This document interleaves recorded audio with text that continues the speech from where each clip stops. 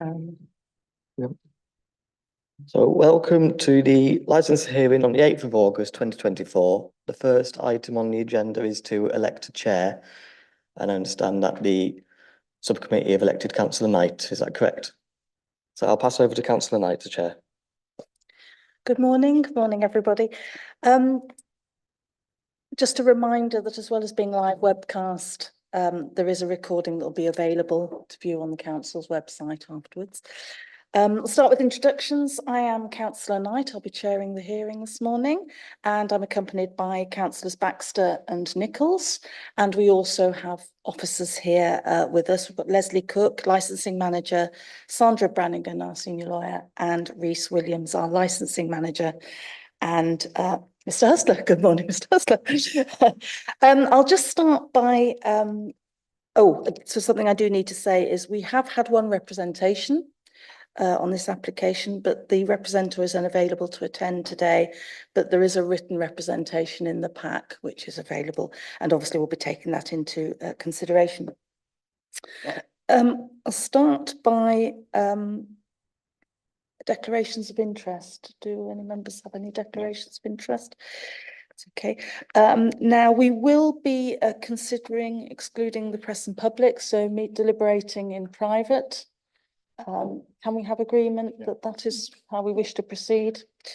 So that's noted. The first action is to proceed with signing off the minutes from the two previous applications. They are from the 30th of May and 4th of June. Are we agreed that they're a true and accurate record? Agreed. So this hearing is the determination of an application for a premises licence in respect of Café Frango at the Pavilion at the Cocoa Works, Haxby Road, York. Mr. Hustler, are you comfortable with the procedure? Are you aware of the procedure today? So for the benefit of the webcast, just a summary of the procedure. So our licensing manager will present the report. We will then have an opportunity for Mr. Hustler and members to ask the licensing manager questions about that report.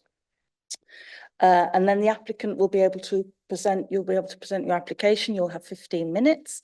And then as members, we may wish to ask questions of you, and you can address those. And then you will have 5 minutes to sum up the application.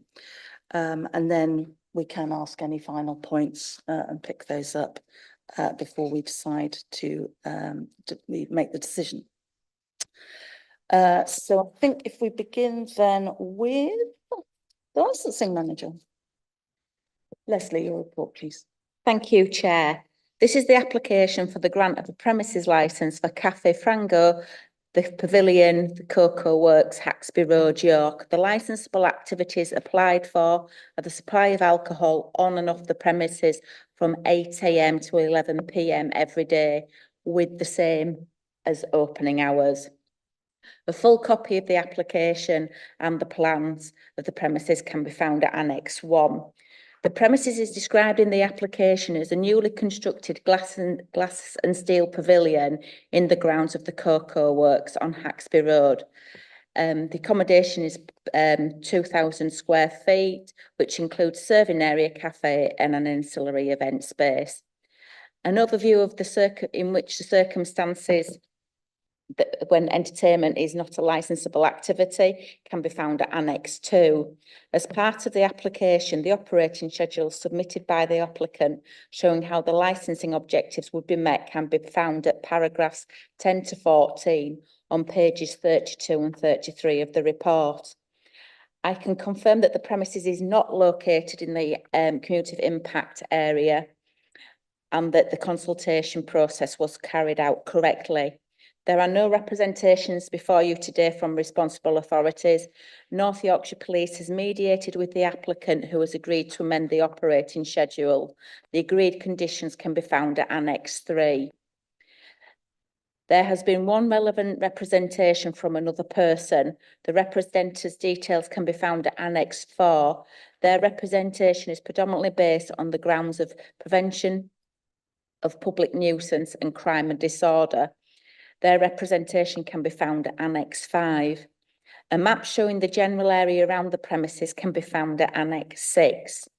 The committee has the following options when making your decision. Option 1, grant the licence in the terms applied for. Option 2, grant the licence with modified additional conditions imposed by the licensing committee. Option 3, grant the licence to exclude any licensable activities to which the application relates and modify add conditions accordingly. Option 4, refuse to specify your person on the licence as a premises supervisor. Option 5, reject the application. The representative has submitted some additional information and photographs that can be found on pages 79 to 83 of the report. To aid members, I've blown up the location plan of the premises and the application plans. That's a brief overview of the report, Chair.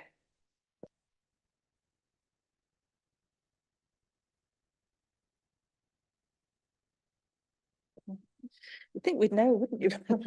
Every time. Sorry, thank you. Mr. Hester, do you have any questions for the licensing manager? Not at this stage, no. I don't know. We then move to members. Do you have any questions for the licensing manager? Okay, so we can move on. Mr. Hustler, you have 15 minutes to present your application. Thank you. Hi there, everybody. Just to start things off, I think the easiest thing is just to perhaps give a little bit of background on sort of myself and the business. We have a existing restaurant which we opened in York last August, just located on King Square at the top end of Collier Gate. It's a Portuguese sort of small inspired small plates restaurant, but it is completely food led. As we've found over the course of operating, alcohol sales do make up a proportion of the income. Even at the restaurant, I think this is only maybe 20% of sales. But you know, it is an important part of the business, but not you know, the priority of the business. We founded the business in lockdown. We started at Spark on Piccadilly in the sort of container park there, and it was just myself and one part-time staff. Since then, we've gone on to do pop-ups at Thor's and some outdoor catering as well. Now from there, we've created employment. I think now between full and part-time staff, we've got 16 people on the books. Which obviously some of those are local students, some of them are locals to the community as well. And yeah, we've got a pop-up running in Knaresborough as well. So you know, hopefully things are all going in the right direction. And that's where I'll leave that. I've grown up in York all my life, and I know there are problems with alcohol, stag do's, licensing in the city centre. As such, we inherited a licence with the premise, which we took on King Square. But in the year we've been there, it's a highly residential area. We've never had a single complaint, even on a Saturday night, although our licence would allow us to stay up until 1. Invariably, we're out the doors for 10:30, as it's very much a food-led business. In terms of the new premises, an opportunity came our way. You know, it was another great sort of expansion plan. And we intend to run the business in much the same way, but potentially a little bit more day trade and cafe trade. So as such, we've looked at a breakfast offering, which will be food led. There'll be pastries, some healthy foods, some bacon sarnies, there's coffee and drinks. And you wouldn't really intend to sell any alcohol at that sort of time. I did apply for what I was told was the standard license, which is the 8 till 11. But the reason or the rationale behind doing that wasn't to run and serve food till 11 o'clock at night. It was to give me the flexibility until I was in and trading, or until we get in and operational. I don't really know when we're going to need to sell alcohol, if that makes sense. to that effect, I did speak to Sam Bolland at North Yorkshire Police and agree a certain amount of conditions, which I would imagine you've had a quick look through, which was basically to say we do intend to have some outdoor seating. Initially, we've got 12 seats outside, which will come in before 9 o'clock every night, and the doors will be closed. We've got potentially 28 seats internally. So in essence, it's not going to be a very big bustling restaurant. It should be, you know, very quiet and shouldn't cause any disruption at all. The conditions, we have agreed to everything that she suggested. No vertical drinking, no glass bins out after a certain amount of time, ID and verification checks, which we already have a system in place at the existing restaurant, along with colour CCTV, and there's various other conditions which we have. That's all agreed to, and it's all on record. In terms of the evening trade at the new premises at Haxby Road, the developer has made it as such that it is a community plan. We have 2 leases over the area. So there's a cafe and our area. If you look at the plan, which is the page 59, the pavilion split into 2 parts. The right hand side, if you're looking at it, is the serving space and cafe area, and the left hand side is what's known as the ancillary space. Now, I think the lady who gave representations is under the illusion we might be using that for events. We've had to agree terms with the developer that residents of the Cocoa Works who live in the flats are able to use that for 12 hours a week for their own uses. So as such, it could be arts, it could be yoga, but I think she might have it in her head that we have ulterior motives. It's the part of us going there is that we're a local business and we want to try and create a community hub for the residents. So in my head, trying to do anything which would upset any of the residents would then affect trade negatively further down the line. I think the tenants were all aware when they were purchasing the flats that this was always earmarked as a cafe use. So really what we're hoping is that if we do some nice small plates and evening food, it then becomes a community hub rather than a hustling late night bar. So the premise is that we can serve some high quality restaurant food at a decent price to the residents who are going to be our core community. But as such, it would be also nice to allow them to have a nice beer or a glass of wine with their evening meal. The conditions which we've agreed with the police would also suggest that we'd invariably be finished by 9 o'clock most evenings. Even at the restaurant in town where we have more flexibility, we don't try to bend the rules. We're out by 10:30 at the very latest on a Saturday night, which is our busiest night. So we're hoping to try and replicate what we do there, but on a smaller scale for the local residents and the community. I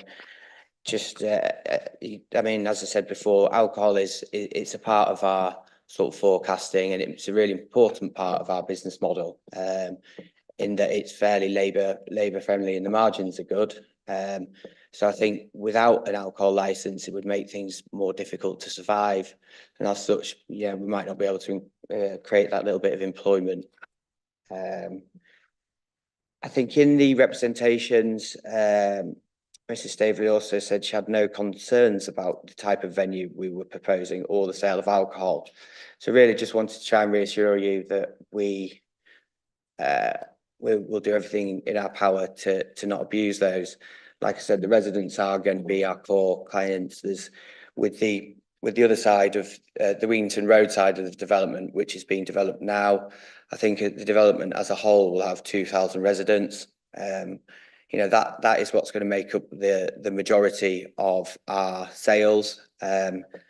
So doing anything which would upset them would negatively affect us. So yeah, in terms of covers, we're only little, 30 internal and 12 external, which will have to be in by 9 o'clock with the door shut. And I think, as I said, I believe it's just a standard license, but if it were such that you'd like to maybe put on some conditions that we would have to close slightly earlier than the standard license, then I'd be very receptive to having that conversation to meet in the middle somewhere. As I applied under the illusion that that was the correct license to apply for as a standard license. There was a comment about parking as well. As far as I can tell, that probably comes under the planning remit rather than anything to do with an alcohol license. We don't have any. I think she was worried about residents parking, but flats have either allocated parking or no parking, and we seem to operate with no parking as a current restaurant in town. So for me, I wasn't really sure on the relevance of that point on the parking. As I said, we are hoping to really cater for the residents, so the parking for me is not really for me it's not really a relevant point.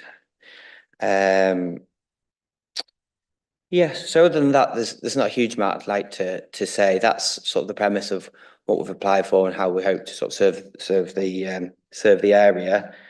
I guess I'll just leave it at that for now. Thank you. I'll now ask, I don't think we have any other anyone else giving any further representations, so I'll just ask councillors, do you have any questions? So one of the things that was mentioned by the person who's raised some issues is about closing the doors and bringing the tables in at night. And I just wondered, sort of during the summer months when it's a bit warmer, how you're going to deal with having those doors sort of closed, because I know lots of restaurants tend to leave their doors open. The building itself is brand new. So I went round the other day, and even in the height of summer with the doors closed, it's almost self-regulating. It's got a natural roof, and it's got an overhang on all sides. So even though it's of glass construction, it's always in the shade. So actually, it's a very cool building, and through the winter months, there's underfloor heating. EPC wise, it's brand new. I mean, the specification is well over the top. I think, without branding figures around it, somewhere in the region of a £2 million build just for that. So the developers have over specified. They'll never see that back from my side of the rent. So in terms of the physicality of the building, it's very, very well insulated. It's soundproof. You know, it's very high spec. So bringing the tables in at night, I don't think I brought a copy of my floor plan. I could get one for you. There's doors on the sides as well, so we have a main door which we'd use by day, but there are doors on both sides of the pavilion. So once the furniture's in over the main walkway, there will be ancillary access on both sides, which would mean at night time it'll be thinning out anyway. I'd imagine that come 9 o'clock, most people will be finishing up and drinking up, as it were.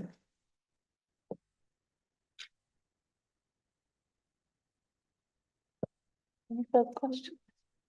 Councillor Nichols. Yeah, as you say, you have to fill a form in, which is not the most helpful things at times.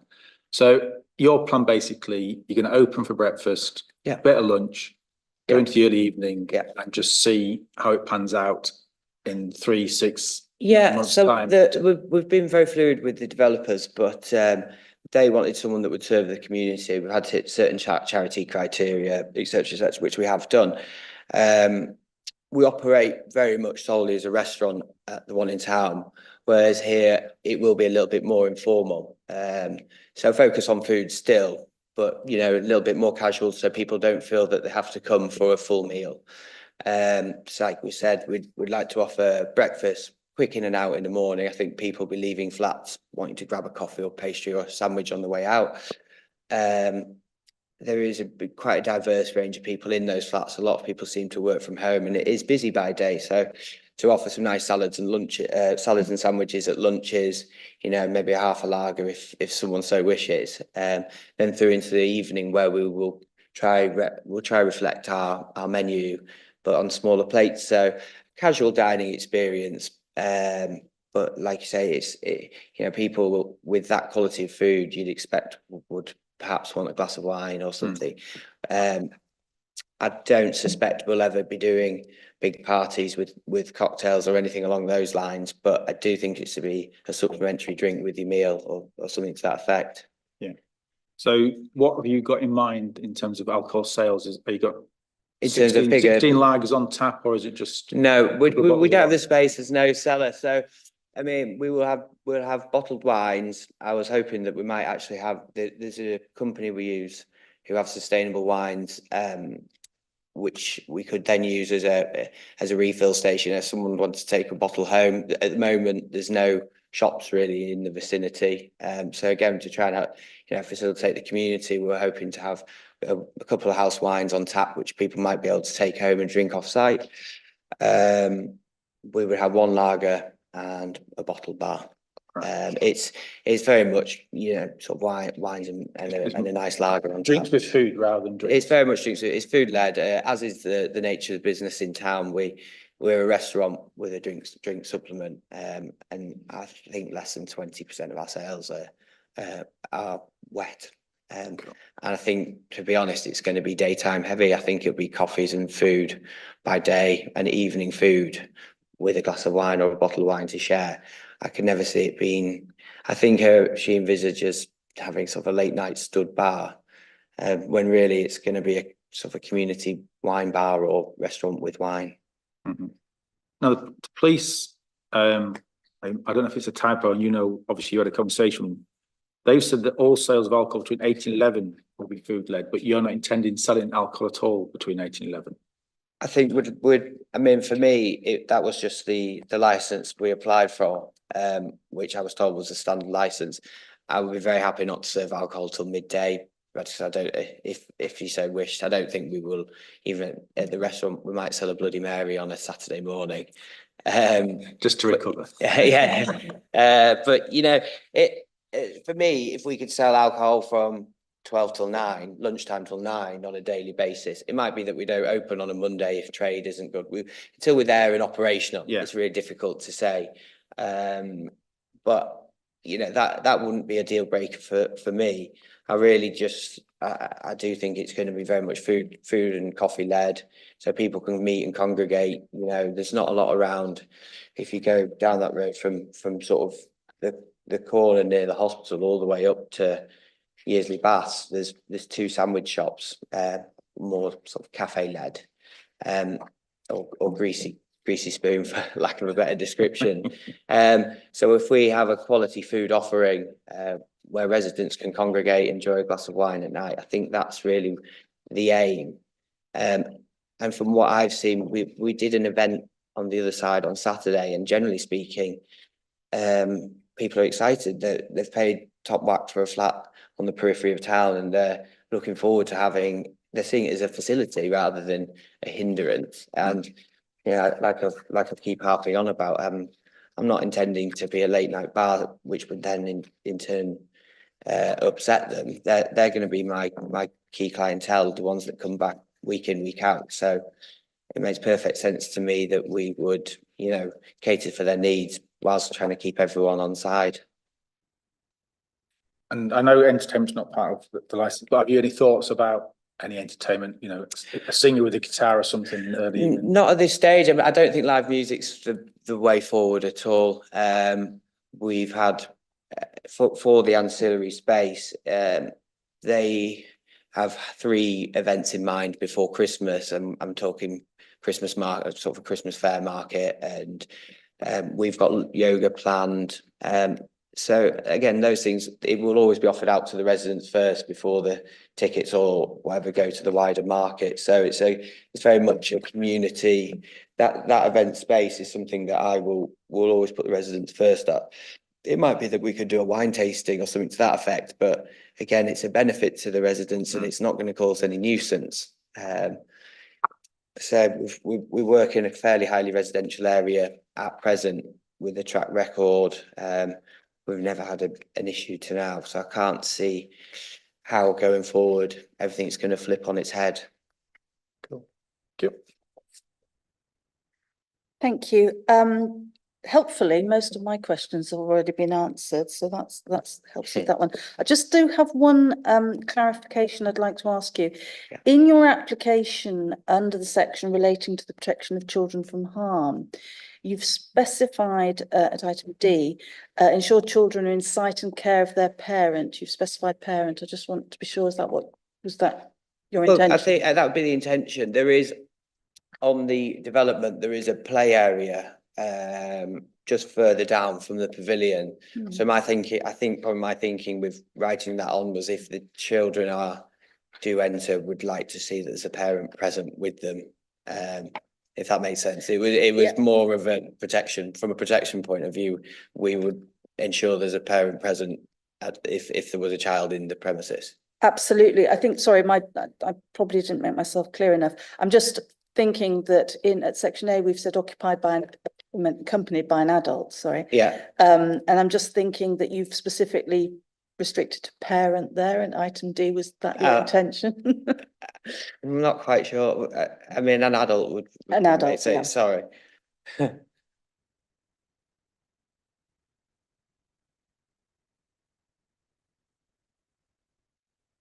And I think that's, yeah, I think the other questions have been addressed for me, so that's helpful. Thank you very much. Does anybody else have any questions? Chair, may I seek some clarification, please, from the applicant on so the police conditions? Yes. Do you mind looking at police conditions? Do you have them in front of you? I've got them here, yes. So could I just clarify what you have agreed with the police, but in your conditions? So we've everything. No, I'll ask you the question. Sorry. So I've got some specific queries, if that's okay, Okay, yeah. just on those conditions. So on condition 2, it refers to 8 and 11. Is that 1100 hours or 2300 hours that alcohol is going to be ancillary to food? The license application was between 8 and 2300, so I presume that's So did you agree with the police in condition 2 there that sales of alcohol will be ancillary to food between 8 AM and 11 AM or between 8 AM and 11 PM? Is that a typo? Is that a typing error then? The license application was from 8 AM till 11 PM. Like I said, which I believe is the standard license. So Just to clarify on that, then that would mean nobody can just come in and have a glass of wine. yes. They have to have food and a glass of wine. Yes. Yeah, okay. Sorry, Chair. So your understanding is that you agreed that between not just 8 AM and 11 AM, but until 2300 hours. That's a typing error, or I hadn't picked up on it Yeah, myself, so okay. I could give Sam a quick call. no. It's just I'm just trying to. Sorry, Chair. And If that's fine if you don't. I don't know, honestly. I Okay. hadn't picked up on it. Okay, thank you. Chair, may I ask another query on the conditions? It's condition 9. Can you see that one over the page? It says no open drinks containers Yes. shall be taken out of the licensed premises or onto the pavement, with the exception of the outside area. Yes. What does the outside area mean? So there's the outside area out front of the cafe area. There's going to be 3 tables with 4 seats. Okay. Which is under the overhang. So it's an outdoor area. It's an extension of the cafe, which has an overhang over the roof. So we're going to have 12 seats outside. Yes, but that's within the licensed premises. So would that be this area? If you're saying it's at the side of the cafe? Yes, that area there, yeah. So what is the reference in condition 9 to the outside, the other outside area that's not part of the licensed premises? What is there another outside area where you're? No, that's no other licensed area. So the only I think outside area is under the overhang Yes, which outside. is There's no part of the other licensed outside. area. There is Thank a you. complication of the lease because the footprint of the building is one size, and then the overhang it's maybe 6 foot all the way around, and on the ends maybe 10 foot. So I think where the confusion lies there is on the one end where you've got quite a substantial overhang, that's where we're going to have our seats. But I don't. So I see that you're, If you look at it from a bird's eye, it's under the licensed area, but it is an outside area. just that those seem to be on a paved area, tables and chairs, that's Yeah, not, they're not part of that's our nothing to demise. do- They're part of the flats and they're covered by their service charge. that clarified. Thank you, Yeah, Chair. I just thank you. needed to seek those clarifications so I can advise on the application. Yes, thank you, that's Yeah, helpful. sorry. I just want to, just following on from that, just so to be absolutely clear for my understanding, we've got the outside space that you're saying is available to residents to use. What's the differentiation between the outside space and the overhang? Is that the overhang area you're suggesting? By the mark, we might get 12 seats in, which will come. 12 seats, which will come in every night, and they're part of my licence area. Then just surrounding there is the communal area, but we will not be able to serve anyone drinks as on the communal areas. That's not part of our licensed area, so we wouldn't be able to give somebody a drink to then go sit in the community area, although it's close. If they were having a drink, it would have to be under that overhang, which is part of our demise. Is I think it's what we're trying to get at. So the picture on page 58 is the best way to see this. Basically, you're the pink line. 58, 1 second.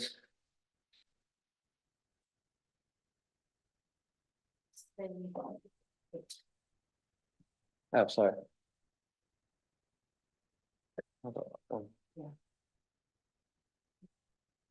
Yeah, so it's underneath the pink So line. On the right, the thick pink line is where your table and chairs will be, basically. no, other side actually. Oh, On the right hand side. So the paved area, which has some benches and seating, is nothing to do with us. That's looked after by the managing agent, Urban Bubble. Our seating area, looking at this plan here, just to be clear, if you took probably 2 centimetres off there, we're underneath there. Is at the footprint of the building is smaller than the roof of the building, so we're there's no overhang. If I drew a line here, roughly speaking, we'd have our table. We have 2 tables, one side and one the other side, and that's all it refers to, really. Yeah. Thank you, that's helpful, that's clarifying.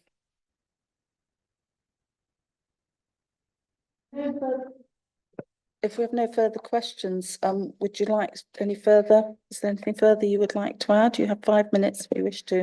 No, just Sum up. Just like to thank you for your time, really. Hopefully I've covered everything. Some poignant points that we have no intention of running it as a alcohol-led or bar business. Our existing business is very much a food-led business. We've got absolutely no intention of irritating any residents. In fact, quite the opposite. We're hoping to really be a community hub sort of for the residents and for the people of York, and to try and enhance the local area. We are food led. All the other aspects of my business are food led. So the alcohol is a supplement to that. So yeah, that's it for me, really. We would like to just to push that point forward. Thank you. Members, committee, do we have any further questions or points of clarification? In that case, thank you very much. We will have our deliberations in private. You're very, very welcome to wait, and we can call you back when we've concluded, and then we can let you know there. That's absolutely fine. That's fantastic. Is there anything else that needs to be covered? No, Chair, I don't think so, from my point of view.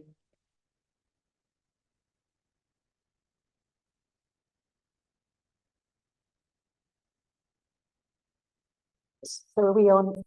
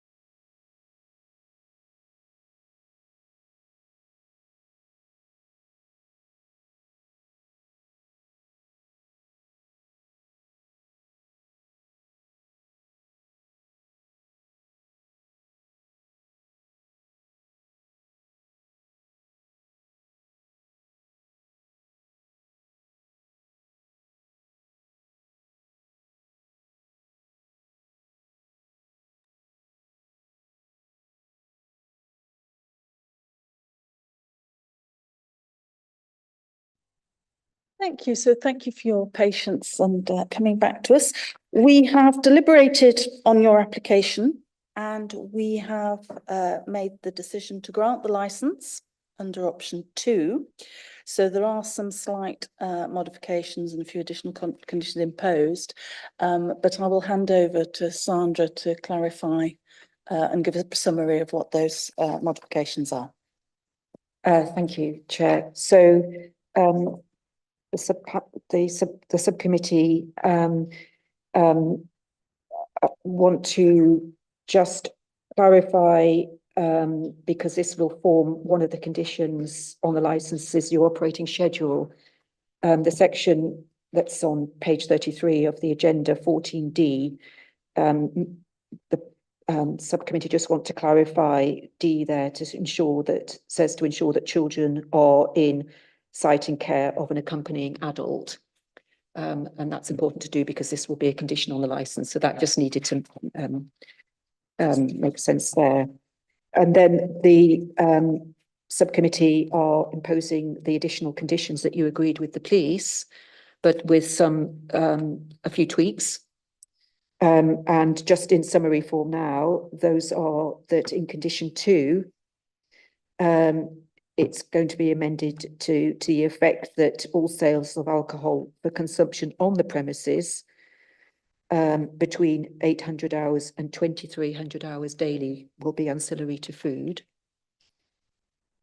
And then condition 9 is going to be amended slightly just to clarify the last section of that, to clarify that instead of saying with the exception of the outside area as detailed on the premises plan, it's going to say with the exception of the external area of the premises, just to give clarity there that it's the external area of the premises that is referred to there. And then the subpanel wanted to amend condition 13, which is talking about doors and windows shall be kept shut after 2100 hours daily. And it's going to say except for immediate entry to and egress from the premises. So it's the insertion of the word immediate to make clear that it's only for immediate entry and egress that the doors can be opened after 9 p.m.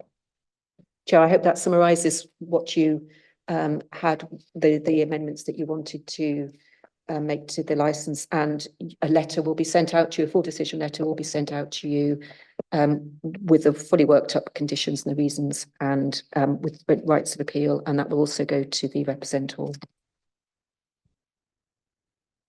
Thank you, everybody. We close this meeting, close the hearing.